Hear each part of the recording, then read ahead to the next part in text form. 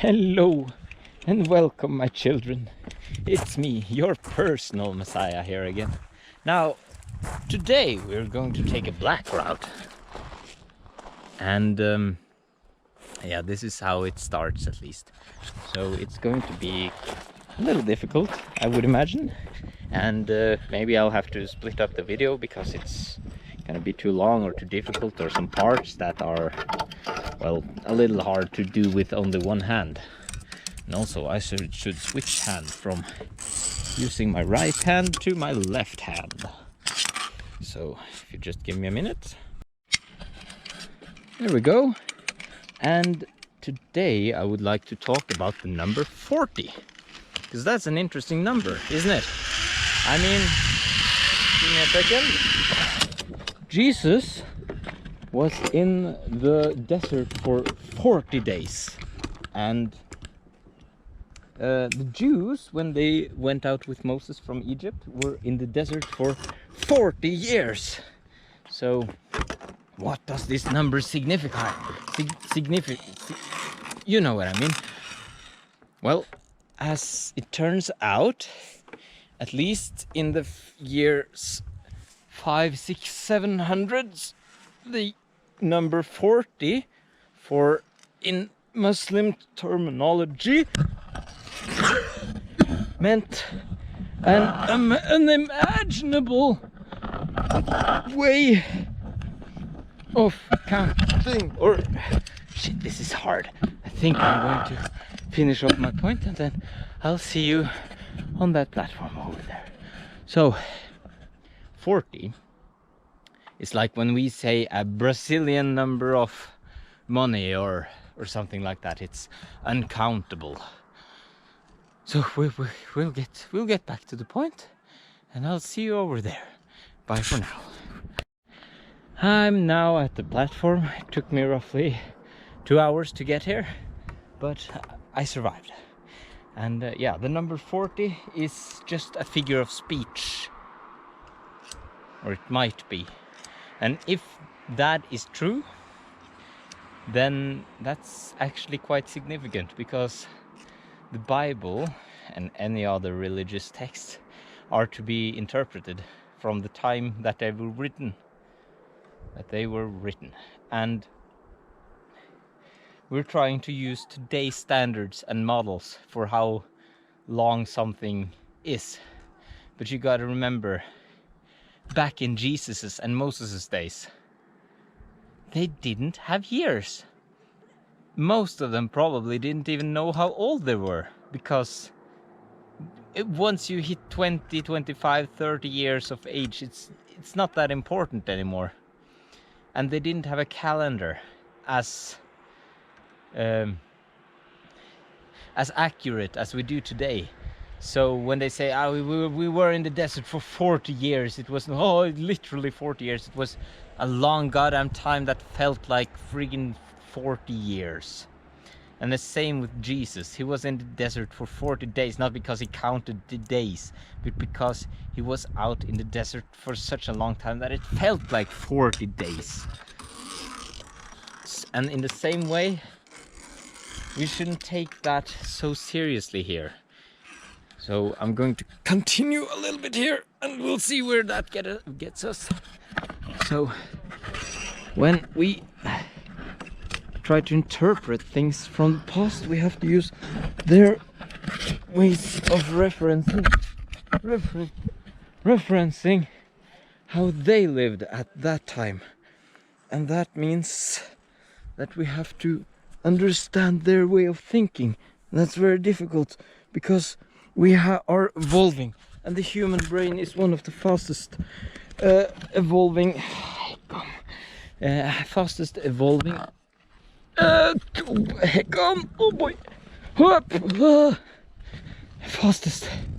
evolving organs in the human body, because this is the organ that we use in order to become more conscious, more godlike, if you will.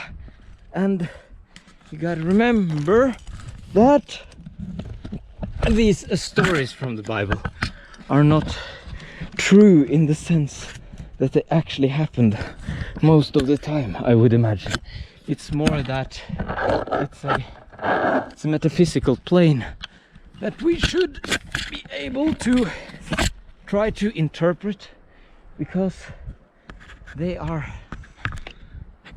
so gosh darn true in a metaphysical way, but not in a real way. Take Adam and Eve, for example. And I'm going to have to come back to these stories at a later date, because they got so much truth packed into them. But yeah, Adam and Eve were the first human beings. And what is a human being? That would be very nice to establish before anyone actually gets further in in describing what is a human and what isn't. Because to me, a human is someone who is aware of themselves. And the first humans were therefore the two people who were aware of themselves. Not necessarily that they oh, wait a minute, I'm stuck. I'm unstuck. That they were not human as in the sense that we look at humans today. They were probably more ape-like in their appearance, but their consciousness drove them to becoming more human-like, because human is a state of mind, not a matter of biology. I would argue, at least. Because if you're a human in a cat's body, then you're still human. But if you're a cat in a human's body, like some people think they are today, they're not actually a cat. And that is because a human is someone that can say, I am human. Whereas a cat is a description of an animal behaving in a cat-like way, right? And yeah, sure, I could accept that people are cats, but if that's the case, then they're going to have to accept that I treat them like cats as well. Oh, and yeah, that's like this. There we go. So yeah, identifying as something which you are not requires you at least to understand what that thing is. And we should try different things. We should try to identify as different things. For example, I identify not as God, but also as God, but with God. So I am the filter that God uses to communicate with you. And so God speaking through Torolf right now, uses many different objects, and I take Torolf along for the ride because I like this guy. He's crazy, and he's so loving, or he's trying to be, and he's not frightened at all from weird things. He's just kind of confused sometimes, and that's okay. Let me put it another way. I think this obstacle is also quite difficult, so I'm going to see you on the platform over there. For now, bye. Alright, I came across, and it's one hell of a ride, but I'm still alive, as usual, and yeah, where was I? Yeah, and this identifying thing is quite peculiar, if you will. You can identify as whatever you want, That's what it means to have freedom of speech and freedom of religion, right? Religion being what you believe and speech being what you say. Okay, this is still kind of weird. So yeah, I identify as or with God, whichever you choose, and you can do the same, and it doesn't matter if it's real or not, because nothing is actually real. If you're really religious, like, you know that everything is God, then why not identify as God? I mean, I'm not the whole God. Like when I'm in a video game, you are not the video game character, but you are playing a video game character. So you identify with it, because whatever happens with the video game characters also kind of happens to you. That's why you want to kill the bosses, because, or if you're playing a game like that, or you want to make money because the game is saying that you should make money or do the objectives or wherever the game tells you to do, because you want the character to have a good time. And that's the same thing here. You want your character, or you should want your character to have a good time, because otherwise you're not having fun. And if you're not having fun, then what is the point of playing a game? And I think this next part is going to be very problematic to come across while filming, so you know the drill. Right, you get the last part. So why am I the crazy one? Oh.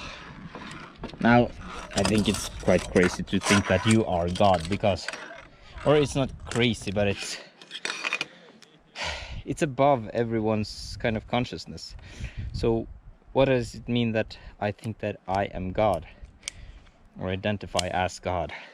Because that sounds kind of preposterous, and I think a lot of people, if I said it to their face, would kill me for blasphemy or something along those lines.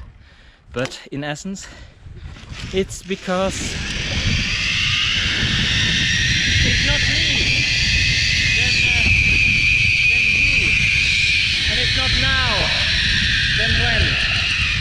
Because we are in a time and age that is quite significant for human evolution, and I have a tendency to appear when things are starting to get dire.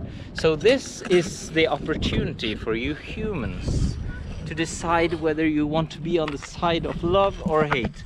And all that is loving is creating, self-creating. Humans created civilization out of pure chaos, or nature, not pure chaos, but chaos at least.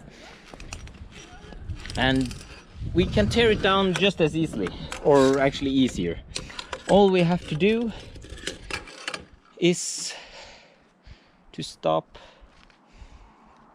accepting each other for the things we are, instead of the things we want to be. And we should act like the things we want to be, and that means you should act according to how you want to be. Because if you're not the change that you want to see in the world, who is? And as always, thank you for watching, and I love you. I really do. I appreciate you. See ya.